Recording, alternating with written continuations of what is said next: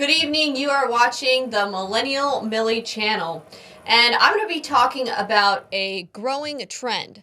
What is this trend that is growing and taking a big movement on social media, has a big presence?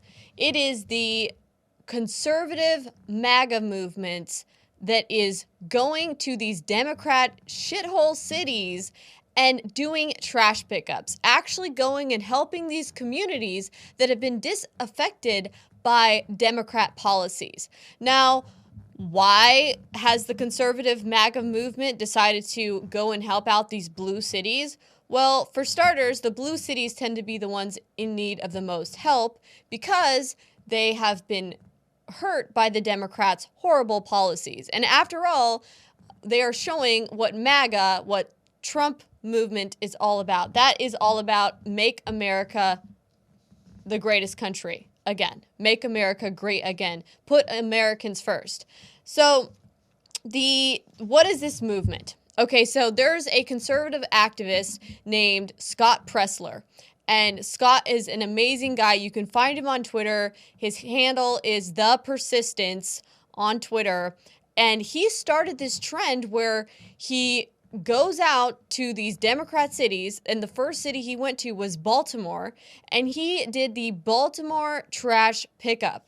Now, this got so much response from the public. So many people decided to come out and volunteer and help out. And, you know, Scott, he's such a great guy. He says, anyone is welcome to partake. Anyone who wants to help these people, help volunteer to make America great again, to help these communities, is welcome to. It doesn't matter what your political ideology is. However, this is primarily conservatives who are behind this movement. So he went down to Baltimore and did a massive operation to pick up and haul off a bunch of trash from these poor communities with these Democrat representatives that could care less about their backyards. I mean, Elijah Cummings has been there for how long and he hasn't done anything. You know, it's bizarre that the Democrats can allow this filth to happen in their own backyards for so long, and the Democrats continue to vote for them. They don't vote them out of office, even though nobody's doing anything to help them. They continue to vote for the same people over and over again and get the same results. It's insanity. It's the definition of insanity, actually. So Scott Presler is going to be holding another trash pickup in Los Angeles. This is going to be the LA trash pickup. Now, believe it or not, some liberal protesters might show up and try to shut down the Trump supporters' ability to go in there and help pick up and remove trash from the streets of LA. Can you believe that? LA liberal protesters might come out and try to stop conservatives from helping clean up their own communities that they neglect and they don't want to do anything to help. It amazes me how liberals can organize these massive protests. They put all this money into these protests, all these singers, these stages, these celebrities. They can put this huge movement, all these people there, and what do? They're just pushing for their horrible causes, and none of them can somehow come together and figure out a way to help their community and help solve the homeless crisis in California right now. Let's get an idea of how bad this looks for California and these other blue cities and blue states. California, we know, has a population of 39 million people. Okay, yeah, it is the biggest state by population in the United States. So some people would say, well, obviously they're going to have a bigger homeless population. I'm going to debunk that really shortly here. So with their population, they have 130,000 homeless people in California, statistically. Now, that's about 20, 30,000-ish in LA, last I checked. But if you look then at the second biggest state by population, Texas, who has 29 million people living in their state, they only have 25,000 homeless people in their state. So that's a huge difference, 130,000 in California versus the 25,000 in Texas. That just goes to show that Texas is a red state, California is a blue state. Okay, and if you're still not convinced that it's the population difference doesn't have anything to do with it. New York actually has a larger population of 19 million. So New York has more people than, sorry. New York has less people, has 10 million less people in their state, yet they have 90,000 homeless people in their state. So even though New York has 10 million less than Texas, they have 90,000 homeless people. So this just goes to show Democrat policies are not the right way to go about it when you have this many people homeless living in America in their states. And these are also the Democrat cities that want to have sanctuary cities, and they want to allow all these illegal immigrants from foreign countries to come live there, and they have nowhere to put them. Where are you going to put them? You go ask most of these liberals. I've seen time and time again, people go ask them on man on the street interviews, hey, will you take in some refugees into your house? They all say, oh, no, sorry, I can't do that. But then they would try to force it on someone else, and maybe on the rural communities. It's mind-blowing how these liberals operate. Well, nonetheless, we know how bad California has gotten. You literally have entire blocks of city that have been overrun by homeless tent cities. It's just, there's mentally ill, drug-addicted people running around, living and sleeping on the streets, literally shitting and pissing on the side of the road. It has become a public health hazard. There's rats everywhere. There's typhus outbreaks.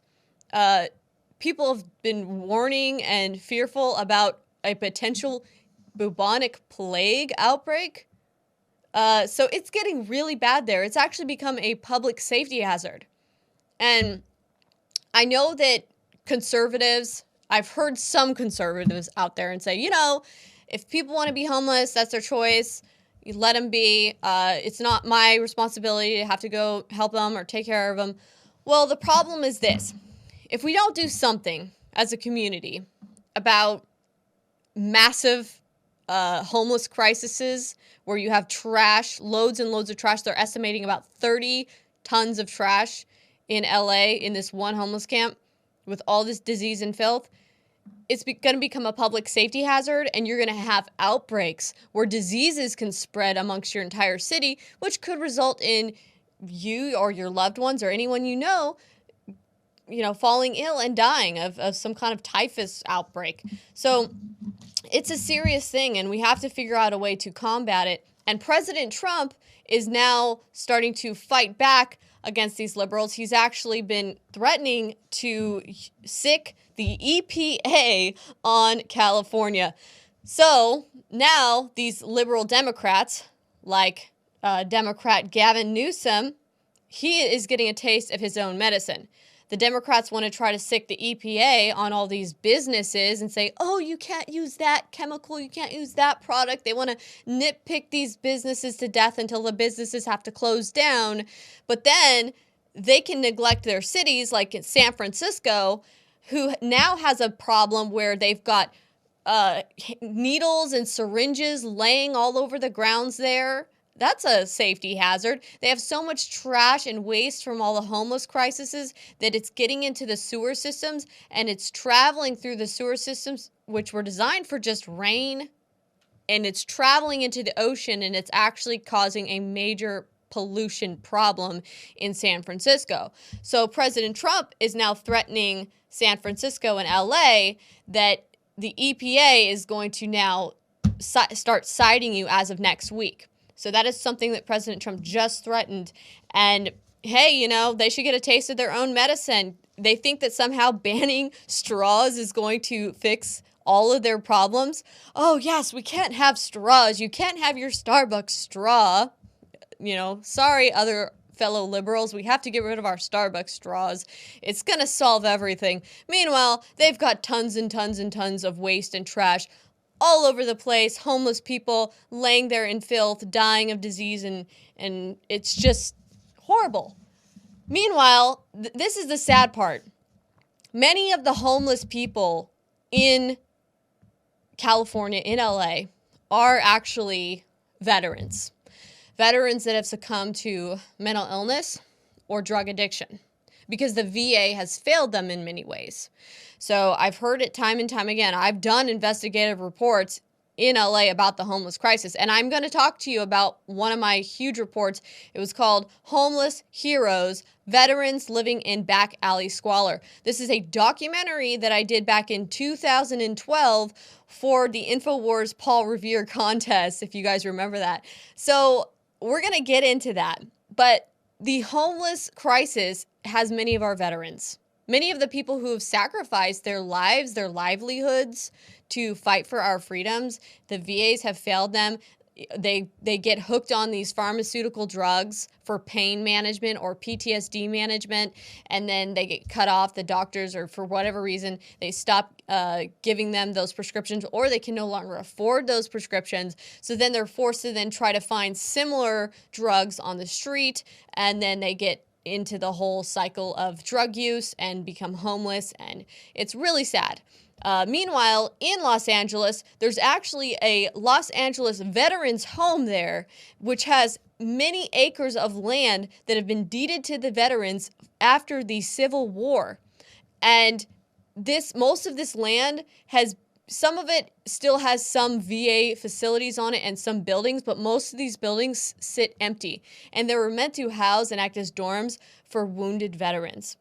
And a lot of the land there is being leased out to like Beverly Hills golf clubs for overflow valet parking. You know, I think the Beverly Hills High School has like an overflow. They put a baseball field, and all these celebrities get to hold their fairs and their little activities and festivals there for like $1 lease, and they get to just completely exploit the veterans' land. Meanwhile, the VA actually put up a gate around the veterans' own land and locked them out of it and said, sorry, you can't come into your own land that was deeded to you. We're locking you out. You can't even camp there in the park part of your land. And we're going to let the buildings sit vacant and dilapidated. And then the ones that we do decide we're going to fix up and repair, we're going to put 140,000 tax dollars into each room for a building. Oh, tell me if that's not money laundering, which the Democrats love to do in California. Speaking of money laundering, Democrats were criticizing President Trump over calling out the homeless crisis in LA because the Democrat politicians chimed back at Trump and demanded that he give them more federal funds, more of that federal money, the taxpayer money that Americans have to give up. California wants more of it to fix their homeless crisis, and Trump said no. Why did he say no? Because what did they do with all the other tax money they've been given? It gets looted and stolen out of the public funds by these other Democrat politicians. How do I know this? I've done investigative reporting. What happens is many of these representatives, these politicians, they will actually register fictitious business names in their name that mirror or are similar to that of, like, let's say, the LA Water Public Utility. So people think they're paying their water bill, but it's a name that's slightly off, and yet these checks can be cashed into these politicians' private bank accounts because all they have to do is go register that fictitious business name that's registered under their name and create a business account for it. I've done the research through Dun & Bradstreet. This is all out there, and I will be putting out more reports on this again, but I digress here. This is a massive crisis that's going on in California right now with how many homeless people there are. And Scott Pressler, God bless him, he has been doing so much to try to help these communities that have been poorly affected because of these Democrat policies. In Baltimore, the before and after pictures are so amazing. I mean, in Baltimore, the city was just full of trash, heaps and heaps and piles of trash. They can't hire someone to go pick up trash. It would be creating jobs. He even helped replant some plants and shrubs and make it look pretty out there. The before and after pictures went viral on social media. Yet, guess what? It got barely any play in the mainstream media. Can you imagine that? Why would the mainstream media not want to cover a bunch of Trump supporters, MAGA hat wearing Trump supporters going into downtown Baltimore, a very, very impoverished community in Baltimore, and picking up trash on their time off and paying out of their own pockets to haul off this trash in dumpsters and trucks, and doing this all just because they want to show Baltimore and many of these poor communities that they care and they want to do something and put their money where their mouth is, so to speak. So Scott Presler always says, stop talking and start doing. And that's exactly what he's doing. And he's going to be doing the LA trash pickup. That is going to be this weekend. It's going to be Saturday, the 21st. So tomorrow, he's going to be out there from 8 a.m. to 4 p.m. And so if you're living in California, it would be so great if this is something that you're interested in and you want to come out and help in LA at the LA trash pickup. It would be so great to do that. I'm actually going to be flying out and I'm going to be going out there and helping in any way I can.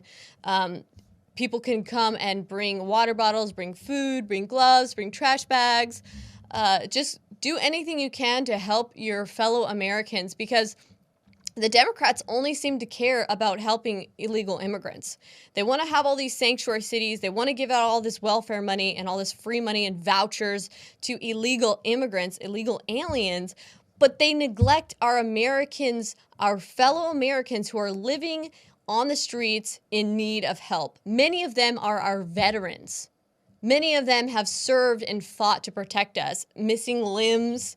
I mean, people who've been severely wounded living out there on the street. Now, I don't feel right about just turning the other cheek and not caring about these veterans and these fellow Americans, and then letting the Democrats just get away with only helping these illegal immigrants while our veterans are living on the street homeless in squalor. So I'm going to be out there, and if you guys want to come out there and just even show up or help out with supplies or come meet me, I'm going to be out there as well. As early as 10 a.m. Scott's going to be out there from 8 a.m. to 4 p.m. But I just think it's going to be a wonderful thing. I think that he's aiming to get all that trash up off the streets. He's looking at about 30 tons of trash. And you wouldn't believe it. He's actually had overwhelming numbers of people contacting him. So I've actually put in the description below this video a Google document where you can actually click on it and learn how to sign up and get all that information, the details of the exact location, where it's going to be at, and he's tried to keep some of it private, like the exact location, until the day, because he's had liberals threaten to protest his trash pickup. So yeah, liberals, Democrats, these crazy SJWs want to come protest conservative Trump supporters picking up trash in their own backyards. That's unbelievable. And guess what? I guarantee you the mainstream media is probably not going to give this the coverage that it deserves. Yet somehow when Trump supporters, I find this interesting, okay? When Trump supporters go and hold these free speech protests, we've seen them time and time again. Then you get Antifa to come and they get into street fights. Doesn't look good for Trump supporters or the MAGA movement or the president. The mainstream media jumps all over that, gives that tons of coverage, because for them, for their narrative, they can try to push this narrative that, look, we have this far right, racist, hate group problem in America because of Trump. It fits with the narrative they're trying to paint, so to speak. They can use it. But so far, they can't use this movement that Scott Presler has been creating to hurt Trump. They've tried, but, it looks pretty cheap, doesn't it? Wanting to come protest Trump supporters for picking up trash. Why not just come out there and help them? Or try to start your own group to come clean up the trash before the Trump supporters have to come do it, because you guys don't obviously care about your own communities. It's interesting because I will literally go cover these climate protests with all these climate strikers. And then I look around the crowd toward the middle or end of their event, and it's covered in trash from the climate strikers. So the climate strikers can go out to have these protests, and then they throw their signs on the floor. They throw their coffee cups. They throw their soda cans, their chip bags, their junk, their trash on the floor when there are trash cans available.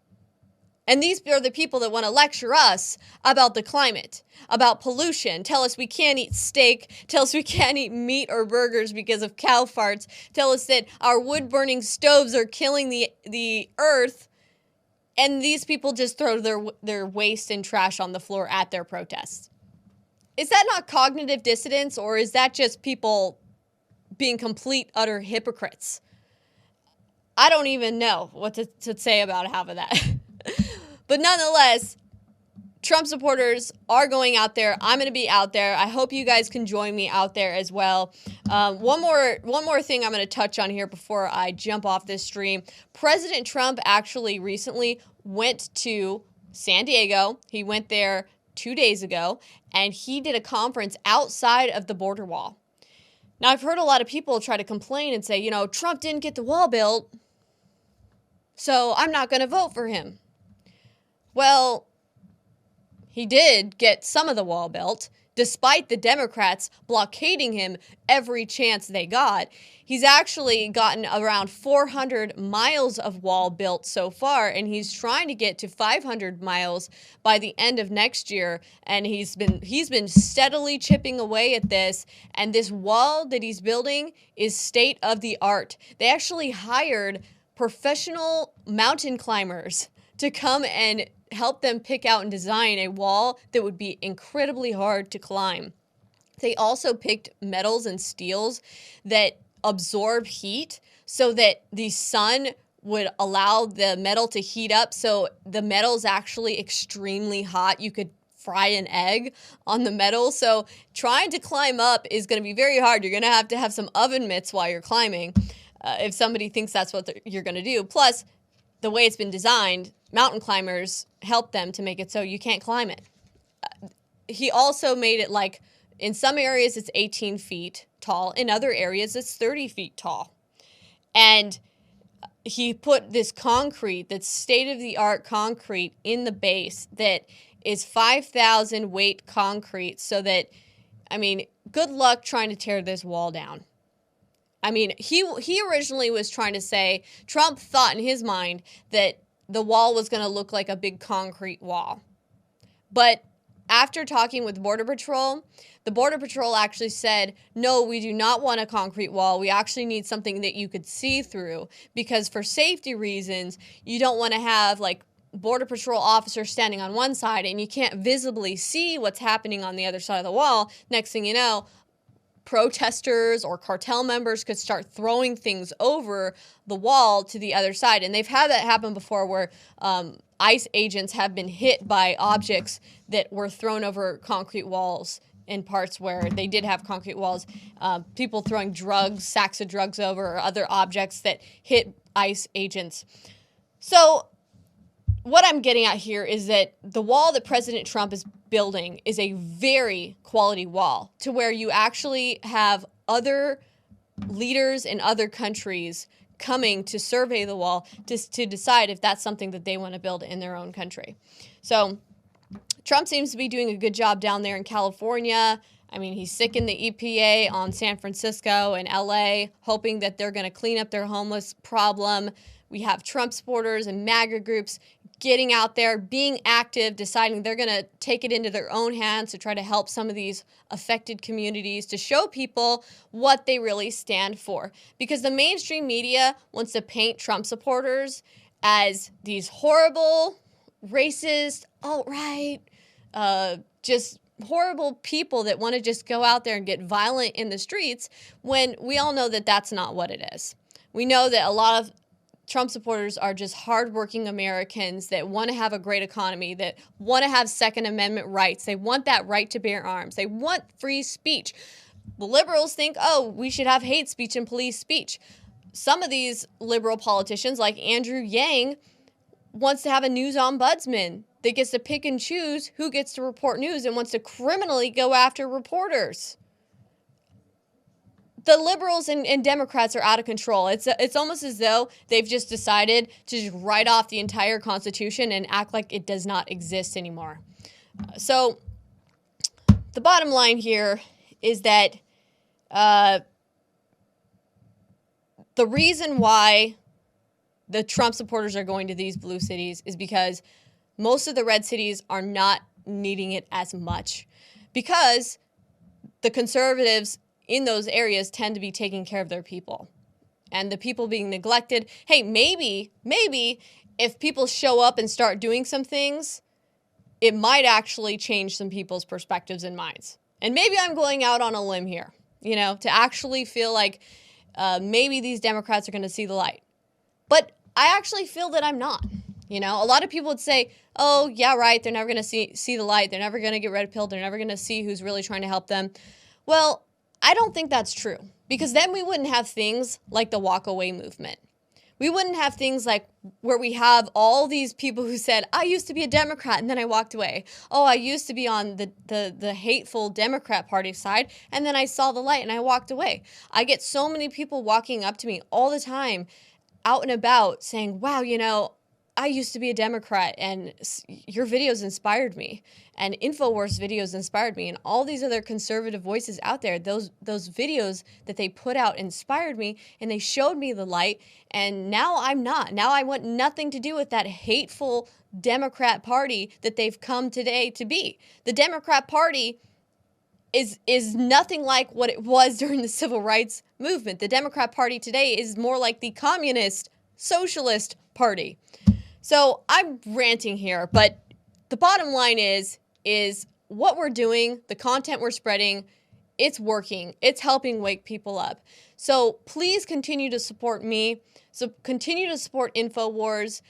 We need your guys' support because we are not funded by Big Pharma. We don't have sponsors. Do you see me putting sponsored advertisements for pharmaceutical pills on my video? Do you see me putting advertisements for Coca-Cola that's full of GMO corn syrup? Do you see me putting ads for all this stuff that the New World Order wants to just poison you with? No, I'm only putting ads on my videos with InfoWars Life products that are actually nutraceuticals, herbal nutraceuticals, supplements that will help your body. I take the supplements myself. My husband takes the supplements himself. He loves the supplements, okay? This guy has so many InfoWars supplements in the house. It's insane. I love the protein bars.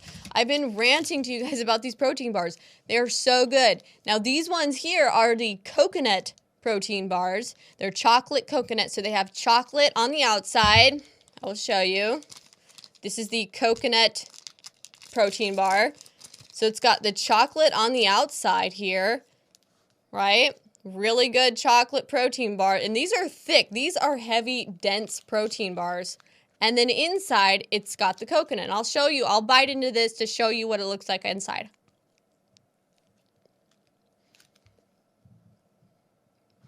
That is what it looks like. It's really good. And it actually has, sorry, I'm talking with my mouth full, but it actually has real pieces of coconut in it. It's really good. So these are things that you can purchase at InfoWarsStore.com. And we're also running a special on Ultimate Female Force and Super Male Vitality, where if you buy Super Male Vitality, you get Ultimate Female Force for free. So go to InfoWarsStore.com and use promo code Millie to make that purchase to show InfoWars and Alex Jones that you want to help them and support them so that they can continue to make the content that we make so that we can continue to fight against these tyrannical tyrants that want to take away all of our rights. And you can also get Brain Force right now. It is 50% off. So that is a great deal.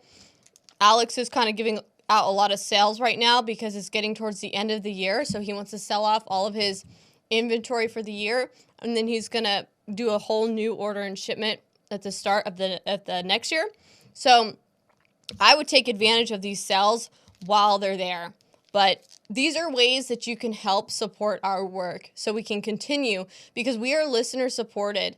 We're not selling out and taking money from all these big corporations that want to control what we can and can't say. You get it unfiltered. You get real, true Americans that can tell you what is actually happening and how things are, actually going down in this country, and do real investigative journalism. So thank you so much for joining along, and I hope some of you guys do show up and help support at the LA trash pickup tomorrow. I will be there if you want to meet me. I'd love to meet you guys. I love my supporters. So thank you so much. This is Millie Weaver signing off.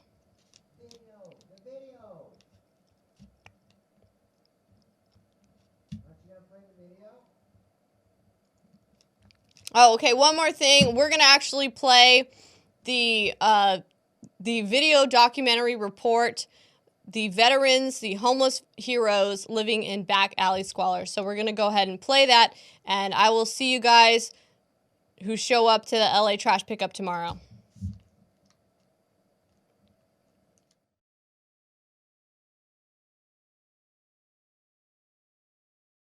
This is, without a doubt, the biggest land fraud scam in American history.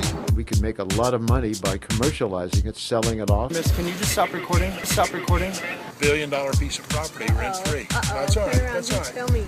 Who's this? I was arrested 6 times, sleight of hand type thing. This is classic of what's going on here. I was able to get a special purpose grant for $1.5 million. I said, you're in bed with the bad guys. He swung at me. To put up dollars so I could gain a lease on an empty building. You spent 9.5 years in prison for attempted murder. I started calling 911 because John has a violent past. They won't touch it. It's too much wealth and power. None of these rights are absolute. I just hope America wakes up.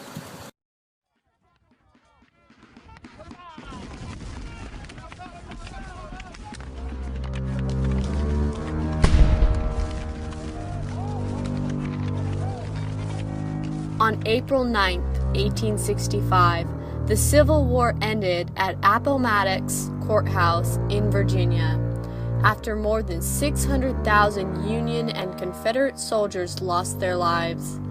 Of the remaining 1.5 million plus veterans, along with the 80,000 veterans from previous conflicts, tens of thousands of veterans were in desperate need of medical treatment, housing, and employment. In 1865, during his second inaugural address, President Abraham Lincoln appealed to Congress and the nation on behalf of these soldiers to address this problem. To care for him who shall have borne the battle, and for his widow and his orphan. Becoming the motto for the then Veterans Administration. In March 1865, the National Homes for Disabled Volunteer Soldiers, which resulted in establishing 11 permanent national homes between 1865 and 1930. Similar programs cropped up in the southern states for the Confederate veterans. In 1886, the Texas Confederate Home was established in Austin, Texas, which housed hundreds of Confederate veterans. In 1888, the Pacific branch of National Homes for Disabled Volunteer Soldiers was established in West Los Angeles, California.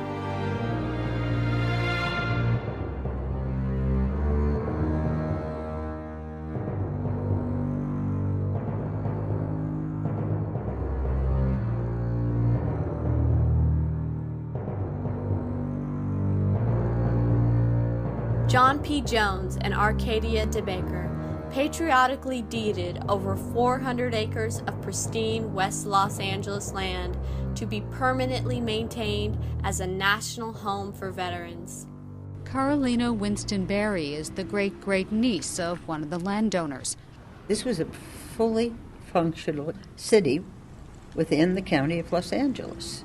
It had everything. Its own post office, 150 acres under cultivation, orange trees all over the place. You can't see an orange tree anymore. However, a lot has happened since then. William Mulholland arrived from the green hills of Ireland. He had stowed away on a sailing ship and had walked across Panama to save $25 in train fare. In 1886, when his boss suddenly dropped dead, William Mulholland found himself superintendent of the LA water system. Posing as agents for a federal project meant to irrigate Owens Valley, Mulholland's men went to the county courthouse.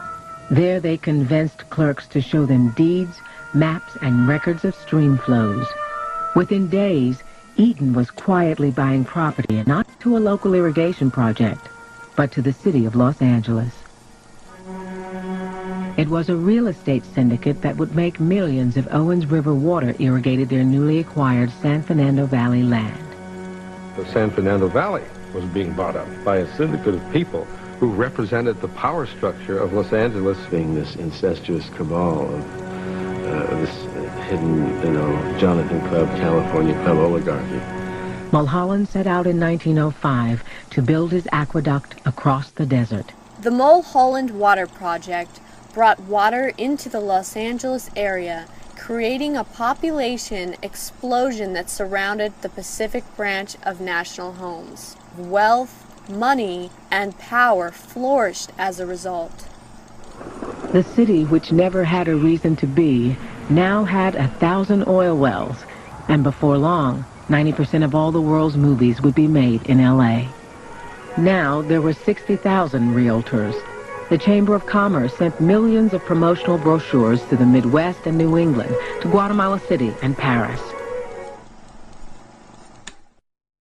The city was built on the foundations of the oil business. It's a movie town, but before CBS built their studios on Fairfax, that block was just a bunch of oil drills. The thing about it is that it's still an oil field, only no one can see what's happening underground. Standing next to me is Don Clark, who is a geologist. I'm a consulting geologist. I work for Occidental Petroleum. I work for the city of Beverly Hills, Signal Hill, city of Newport Beach, city of Hermosa Beach. I've got quite a few very nice jobs right now. I also teach petroleum geology at University of Southern California. Believe it or not, this beautiful state-of-the-art shopping center that has a long, long history of shopping is a major oil field. It's produced over 20 million barrels, and it produces it right below our feet here, and nobody here even realizes it. Right now, the technology is very, very advanced, and we can drill very long distances from off-site. Well, this is one of the very famous urban oil sites. 58 wells have been drilled from this site. They are directionally drilled underneath the city.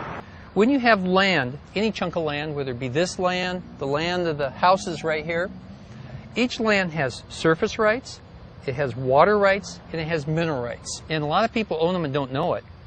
And you drill a well underneath my property, you have to pay me for my minerals. You can see it's a large building, and it looks like just an office building with a large front. So it's all produced, and then all of the oil from here is piped away. Yeah, it seems like they're trying to keep a pretty low profile. Urban development in West Los Angeles has had an adverse effect on veterans. Their land, which was once dedicated to veterans, has slowly been whittled away, leaving Los Angeles with a major catastrophe: thousands of homeless veterans. To discuss this issue, I met with Robert Rosebrock, who heads the Old Veterans Guard of the Veterans Revolution, an organization dedicated to getting the veterans' land back. It's basically, we call it's the deed of 1888. And it states 5 times in the deed to be permanently maintained as a national home for disabled soldiers. There's an act of Congress that preceded that one even before this could be established, and it's incorporated into the deed. How many veterans are there actually in the veterans' home right now, living in the veterans' home? Let me explain. Most of these buildings are empty. They were built 70 years ago. They have a few. They're in rehabilitation, but the buildings are empty. They're rat infested. Keep it going!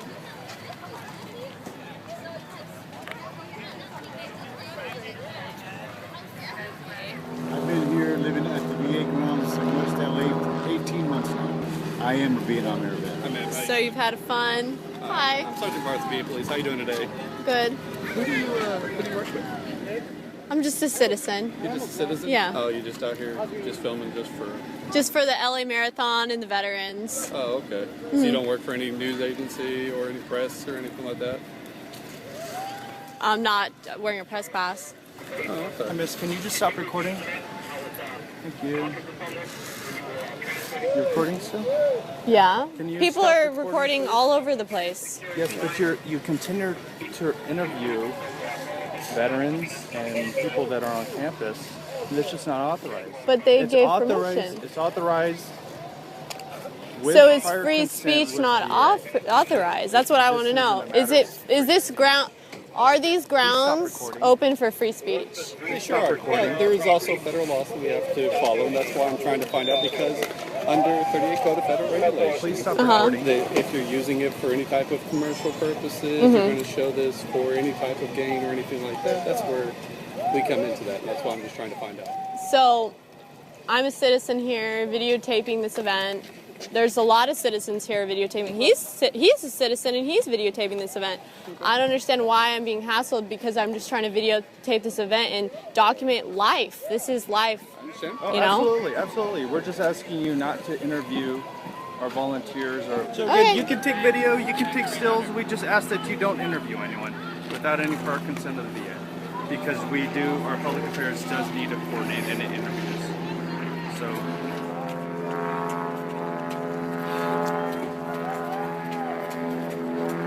I actually volunteered to give her an interview. You know, I live here on these grounds.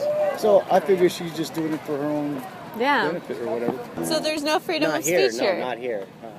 Not Out there, here, there there's is. not. Apparently. Right outside that gate there is.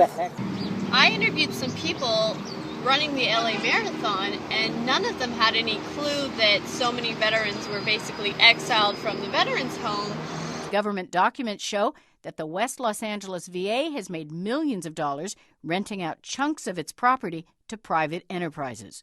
From the road, it looks like a park. But within the grounds is the largest medical facility in the VA's healthcare system. Mark Rosenbaum, the legal director of the ACLU of Southern California, says they want permanent supportive housing right on the West LA campus. You can't get medical and psychiatric services if you're living in Skid Row and you're part of a cycle of homelessness. Neither the VA nor the Justice Department would speak because of the lawsuit, but if you try to figure out their position from what they say and do, you may come away confused. The government contends that the VA has no authority and no funding to create housing. Last year, around this time, you were arrested. That was in 2009, actually. That was in 2009. We had the American flag up here, and they came out and took it down. We had it up here for 66 Sundays, and we hung it in distress, which is totally legal. When a ship is in distress, you hang it on the vessel. We did it here. They came out. I was arrested 6 times. We filed a lawsuit with the ACLU, and then about a year later, the judge entered a judgment against Donna Bider, the executive director. She's still in office. Yes. It'll be May 26th coming up. Will be 2 years since she was adjudicated in federal court. She's still running the biggest VA in the nation. This is the home that the head of the VA is allowed to stay at. It's a giant mansion. She's not a veteran. I have reached out to Secretary Shinseki, Congressman Waxman, who this is in his district, to Senator Feinstein, the U.S. Senator, totally ignore me. I think that Feinstein and Waxman, those are the two main people that's been working on this, that they're more for what's the rich people than they are for the veteran. We feel anybody that has anything to do with the Veterans Administration should have to be a veteran. What has Dianne Feinstein's role been in, disabling the veterans from having their home?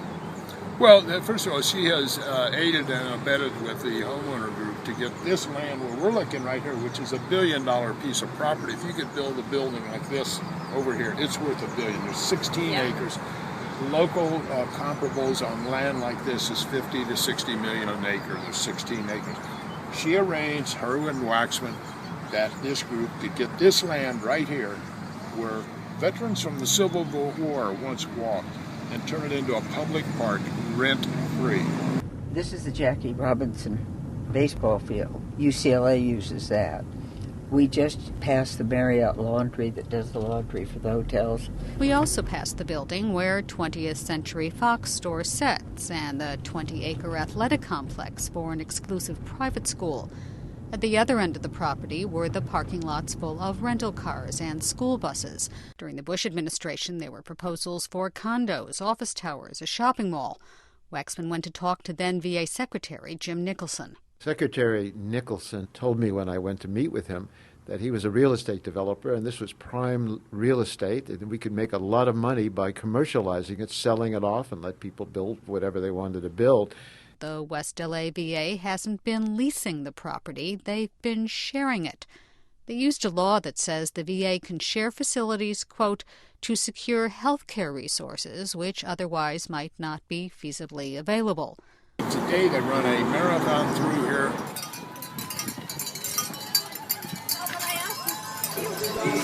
All the veterans out there running. Welcome to America. We're so proud of you guys for serving. You guys are awesome. Show yourself how strong you are when you cross that finish line. You're going to wear that medal. You're going to be so proud. And we're proud of you too. It's a private-run business by Frank McCourt, who once owned the Dodgers. And this is a mega million venture. You pay $60, $70, I think, as an entry, and they have 25. Just start adding the numbers up. Are the veterans getting any of the money that the VA is getting paid for by the marathon? No. It goes into the general fund. None of the funds that are actually going towards helping veterans are really even going towards helping the veterans. No. It's like the nonprofits that are out there raising money to help the veterans. They all get big fat salaries and expenses. It's really sad, and I mean, at least they should have these chains open so that those who are homeless can at least camp in the Camp grounds. out if nothing else. For now, until they have their place for them to live. I mean, they do have a headquarters and a place for them to live. It's just that, where's that money going to? That money should be... You know, in the ACLU lawsuit, they're asking, where is the money? And Henry Waxman was asked this. This is amazing. This is one of the most powerful men in Congress. And he says, we don't know. We've never been able to get a lot of the details of exactly how much money they got and how that money was used. No, Henry, you don't know. You're guilty of dereliction of duty. You didn't do your job. You're the elected servant who is supposed to save this land and protect it. But let's go back to who Henry Waxman is. Mr. Chairman, I must insist that we go to regular order. Gentleman is not in order at this time. Mr. Chairman, did you have a conversation? Mr. Chairman, members that could yield you time, I would ask that you... I will have you physically removed from this meeting if you don't stop. The chairman hasn't even responded to our letter. Sir, Gentleman's time has expired. well, how does At the this chairman know time, that at this time, I would like to. Point of order, Mr. Chairman. You've made a statement where you were not recognized for the time. You cut me out in the middle of a sentence. Your time was up, Mr. Waxman. Why are you interrupting members and then you take unlimited time for yourself? I'm the chairman, and I'm telling you right now we're going to recess for 10 minutes. Do you think the only way to incentivize a country is by offering them more and more carrots? You know, you're going to have some threat. You're going to have some threat. President Bush allotted $15 million for steroid education. Where has that money gone? I don't know. Do you know? Okay, we don't know. So. What's interesting, he was seated in Congress about 4 months before the fall of Saigon, the end of the Vietnam War. Henry was protesting that war. Not fighting it, but protesting it. Today, 47% of all homeless veterans are from the Vietnam War. How long have the veterans been exiled from their home? Ever since the Vietnam War. For some reason, we began turning our back on the vets around the time of the Vietnam War.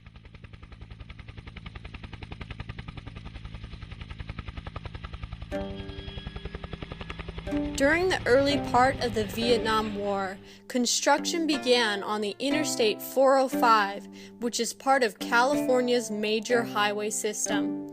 A section of the 405, once known as the Sepulveda Freeway, now Sepulveda Boulevard, cuts through the veterans' property. This stretch of road is named after the Sepulveda family of San Pedro, California, who in 1784 were issued a Spanish land grant by King Carlos III. Very close to this section of land and on the veterans' property is where the drills for the Sawtell oil field are located. Tell us about the oil that's been found on the veterans' land and what's going on. Is that oil going to the veterans? Not at all. Thank you for asking. This was a gift. First of all, two families. They opened the first veterans home after the Civil War era for disabled homeless veterans. This land was selected. And so amazing. There's an oil well on this property. And that to make sure that this would always be funded, at least, there's an oil well. The royalties don't go to the VA, they go to the Department of Interior. The Department of Interior gets the royalties, not the VA. Though the veterans were duly entitled to both the surface and mineral rights through Mulholland water projects, the Los Angeles Department of Water and Power has the water rights. Maps reveal that the Sepulveda Channel, which runs subterranean along the once Sepulveda Freeway, now 405, is a major waterway. While soldiers fought overseas, the 405 was built over veterans' land. Through the use of federal funds for state highway projects, the Department of Interior ultimately subrogated the Sawtell oil field. Even though the oil field had been duly vested to the veterans in the original deed of 1888. UCLA has a baseball diamond in there, state of the art. If we would take care of our veterans in the manner that UCLA has a baseball diamond on here, we would be the proudest people. The VA has designated 3 vacant buildings on the West LA campus to be converted to housing for disabled homeless vets. They announced that in 2007, though they took no action. In 2010, the agency announced they would spend $20 million rehabbing one of those buildings. It was supposed to open this year. They have yet to break ground. Senator Feinstein and Congressman Waxman have never appropriated $1 for one blanket for one homeless veteran. And because the pressure has been put onto them through the ACLU lawsuits, they recently appropriated $20 million to rehab one of those rat-infested buildings of about 55 rooms that will house 65 veterans a year and a half from now. We have 20,000 out here. This is their little tokenism, and if you just do the simple math, it's close to $400,000 a room. You could buy them a home. The list goes on of people who have leases in here, privileged leases to supposedly offset the expense of running the VA. Lawrence Tribe is the dean of Harvard Law School. In fact, he was President Barack Obama's mentor when Obama was a student at Harvard University. He is co-counsel with Mark Rosenbaum of the ACLU lawsuit, which was filed against the VA for misusing veterans' property and abusing disabled homeless veterans. There are an amazing number of homeless veterans who are in terrible shape. A lot of them are chronically homeless.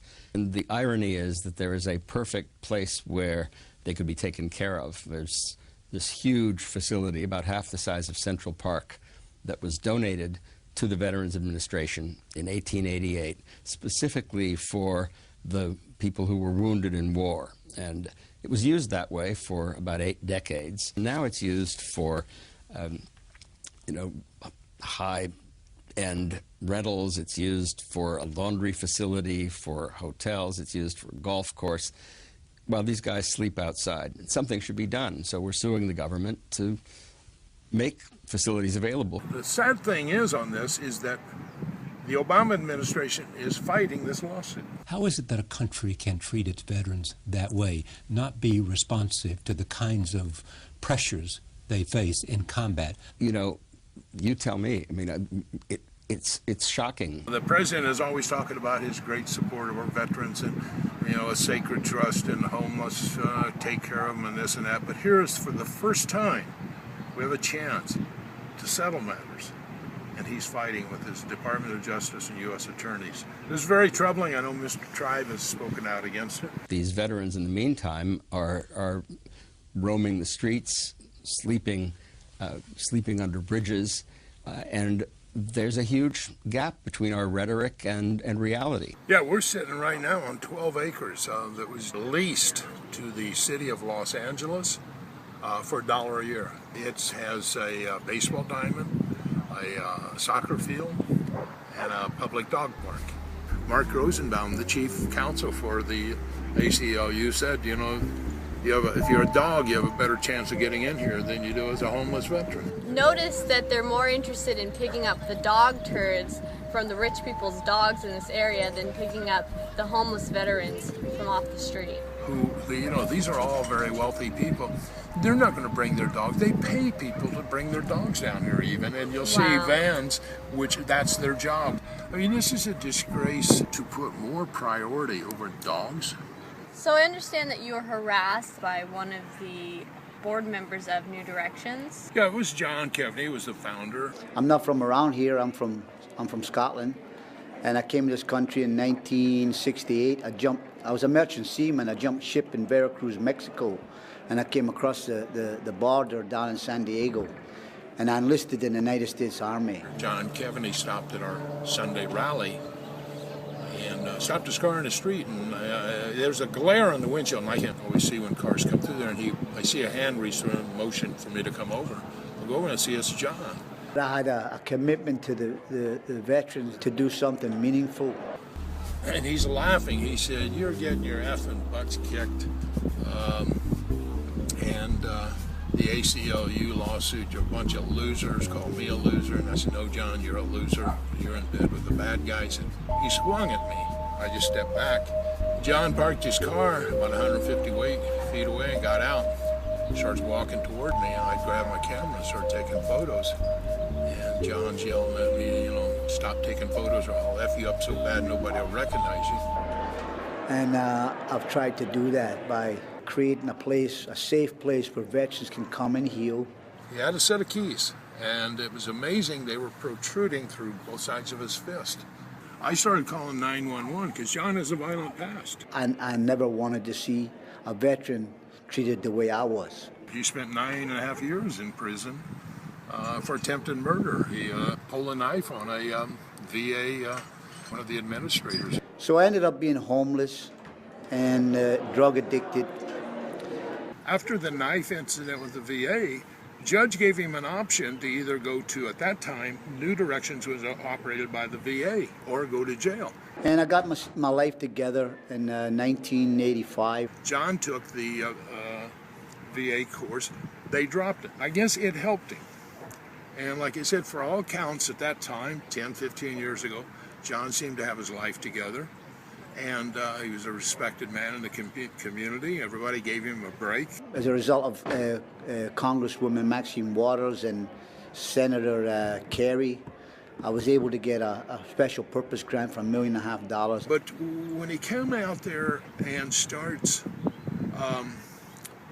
laughing and make a mockery of a lawsuit. Now, this is a man who only a few months before got an award from President Obama for being a model citizen. I wish there was more I could do for President Obama, because I know he's the right man for the job. And this honor is just too much for me to even understand, because I really don't. Within walking distance to the sea, these men who were boys when I was a boy can stay and rest with me. And these are the very veterans that John claims that he's to help. Listen, we don't have time to graduate 200 veterans a year. We have 20,000. We had a chance to look at the New Directions website. The amount of lawyers, VAs, judges, ex-mayors, and financial consultants, people who also own technological accounting services, and so on and so forth. It seems like this is just a bunch of people who all have the skill sets to come together and commit fraud and get away with it. Well, you're absolutely right. This whole group, and again, go back to John Kevanagh. John, like I said, he was a hero. I really admired him, what he did and what he tried to accomplish. They went out to raise money, and what happened, these people, these are real estate brokers, as you point out, CPAs and attorneys, and they said, whoa, wait a minute, you got a 50-year lease on a piece of property here in Brentwood? Well, we're in the land business. You could get Los Angeles taxpayers to pay what in effect were a cabal of real estate speculators. How are you going to do that? By incorporating the valley into the city. Simple as that. So they were causing one city, in effect, to pay for them to develop another city and then say, well, it's really the same city. Going to be a lot of irate citizens when they find out. Oh, that's all taken care of. I was able to get a special purpose grant for $1.5 million. And then I got the city of Los Angeles and Beverly Hills and Culver City and HUD to put up dollars so I could gain a lease on an empty building on the West Los Angeles VA Medical Center. It was a 60,000 square foot building. What they have, is a 75-year lease for $1 a year, and their only obligation is to supposedly rehab these buildings. These are nonprofits, let me explain. And New Direction did a joint venture with it's called a Community of Friends, which is a nonprofit developer, which is an oxymoron. Yeah. Developers are in the business to make a profit. But they did a joint venture, and they got nearly $50 million from HUD to rehab these 147 apartments. They have nothing invested. Everything is from our government. Now, within that, a contract agreement that the New Directions and the Community Friends have with the VA, at any time, the secretary of the VA can transfer full title over to this group. And it's theirs, free and clear. And this is why when you go back, that's land fraud. I don't care what anybody says. They can come after me. It's fraud. This is the biggest land fraud scam in America's history. We talk about going in through school and the Teapot Dome scandal. Are you kidding me? It's child's play. There's a couple of leases, oil leases. We got an oil lease here we don't even control. They're giving away land, $1 billion piece of property, rent-free. You've got a $1 billion piece of property being transferred over, essentially leased for 30 years to a homeowners group. And if you recall, not too long ago, when President Obama, a few years back, was elected president, his senatorial seat came up, and what's his name, Governor Blagojevich, tried to sell that seat for $50,000. He's in jail for 14 years for $50,000, which would only have 2 years left on it. We're talking 30 years on a $1 billion piece of property, rent-free. You're telling me that something wasn't done somewhere? That you have the congressional delegation of Henry Waxman and Dianne Feinstein who endorsed this? Michael Feuer, he's held every imaginable office. He gets termed out and he goes for another one right now as city attorney. The agreement that he is supporting endorsing at the Veterans Park Conservancy is part of the ACLU lawsuit. And that is, it's in violation of the Administrative Procedurals Act of the VA. That land was really ill-gotten. They state, Lawrence Tribe states in his interview with Charlie Rose that these are illegal contracts. Mark Rosenbaum recently spoke before the Los Angeles Veterans Advisory Commission, and he confirmed that these are illegal. And you have a man running for city attorney who supports a public park on veterans' land. That's an illegal document. So it's very questionable as how a candidate for city attorney could be endorsing such an organization that has a very, very questionable deed that's before the federal courts right now. They want to take over this land as a national park. It states on the front, Los Angeles National Veterans Park. And anybody knows that a national park comes under the Department of Interior and National Park Services. So what they've done is a really quick, slick movement to designate all of these buildings over here built in the 1930s and 40s as historic, which means you can't touch them. They fall under the Department of the Interior. Now, here's the real hook on it. The ACLU lawsuit has taken on all of these agreements, some 21. These are special arrangements to lease land that belongs to veterans for non-veteran special interest groups. They violate the Administrative Procedural Act of the VA. In other words, there's a procedure going through it. They got all of this stuff behind closed doors. In fact, Sue Young, when she was asked by the Brentwood News how she was able to get this land, she said essentially that it took unprecedented compromises. Let me repeat, unprecedented compromises. The highest levels of government, including the congressional delegation, and that means Waxman and Feinstein. Wow. And the VA itself, the bureaucrats. What we have back here is there's 21 acres leased to the Brentwood School with a sweetheart deal. Brentwood School is one of the wealthiest private schools, $30,000 a year for grade school through high school. They have tennis courts, they have swimming pools, they have virtually everything back here. It's a athletic field, a playground, and up above is was supposed to be the Veterans Golf Course. A couple of years ago, $200,000 in green fees were embezzled. $1 billion piece of property rent-free. That's all right. That's all right. Filming. Who's this? It's okay. That's Parks and Recreation. This is classic of what's going on here. This is veterans land. You got a guy from Parks and Recreation, a paid employee of the government, city government, and they're snooping around at us. I just hope America wakes up, and we need help. We just need help out here.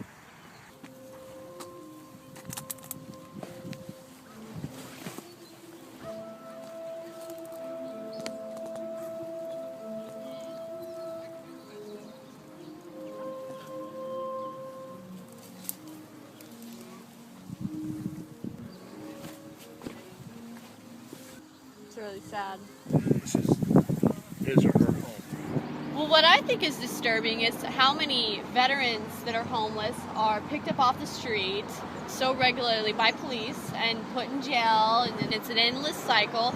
It just rips your heart out to see a disabled homeless veteran pushing a shopping cart, or who's struggling along in his wheelchair, living in back alleys. I talked to a lot of the veterans over here at 7-Eleven because it takes time before they get to know you, because they're very proud people, and they see I'm military, so it's, slowly but surely they've been talking to me and stuff. And most of them say they try to go ahead and get in a home here. They got a home for 209 people. They got 6 people in there. The reason why these guys won't go in there, they got to go ahead and put down that they're alcoholic and drug addicts in order for them to get into it. I wanted to speak with a homeless veteran about this issue. What time did you serve?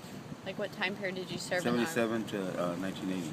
There's actually been a lot of veterans that homeless have been actually removed and kicked off of the land. Okay, yeah, and they're not allowing them to come back. They're not getting housing or something because they do have drug problems. So it's a catch-22 situation that they got with the veterans. The solution to this problem would be to have the woman who breached her oath of office by violating your free speech, who's the head of the VA, she needs to be removed, and there's no reason that she shouldn't have already been removed. And actually, the other government officials who are aware that she breached her oath of office and have not done the administrative duty and fired her, they are in breach of their oath of office. So what we need to start doing is finding these criminal thugs that are government officials, and we need to start holding them to their oaths of office, and when they breach it, they need to be fired, and we need to replace them with those who maintain and uphold their oaths of office. Very well said. And I just hope this gets out to people who don't just watch or listen, but will take action. These are men and women who pledge their lives to defend your safety. And by the way, where we're standing here, as you can see, there's what the homeowner group calls a majestic wrought iron fence. Originally this was a chain link fence.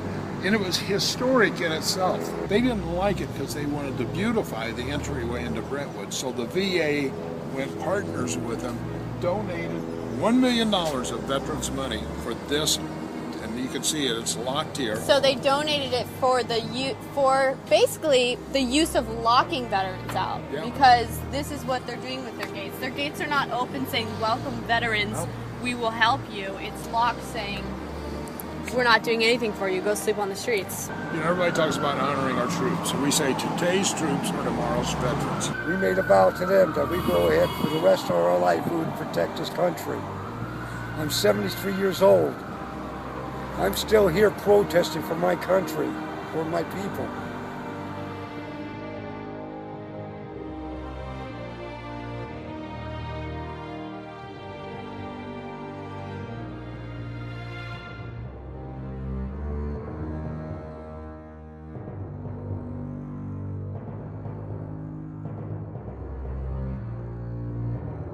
Please help the veterans get back their veteran homes.